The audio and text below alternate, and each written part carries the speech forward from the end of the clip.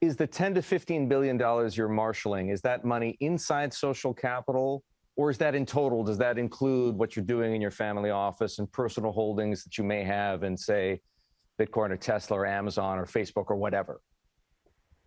I know it's like the totality of everything, but it's like sloshing around in a bunch of like LLC. Like this is the thing. Like social capital is more of a name, meaning is it an entity? Yeah, technically there's a company with the name social capital on it, but everything is flowed through a Byzantine bunch of LLCs and this and that I personally own.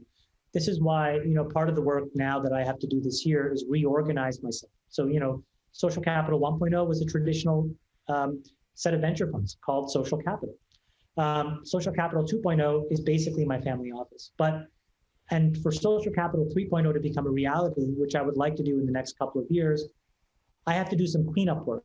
And again, this is sort of like, when the music's on, you have to be dancing. And so I haven't had time to do that because, I see opportunities and I want to seize them and I want to invest, thinking that I'll just come back and clean up whatever organizational mess is created afterwards at some point. And this Social Capital 3.0 would be a public company. That's my ambition. I think that I want to be held accountable to folks. I want to, look, I've learned that, I make better decisions when I am authentic and transparent. And so the best way to do that is just to be living my life out for everybody to see, my professional business life.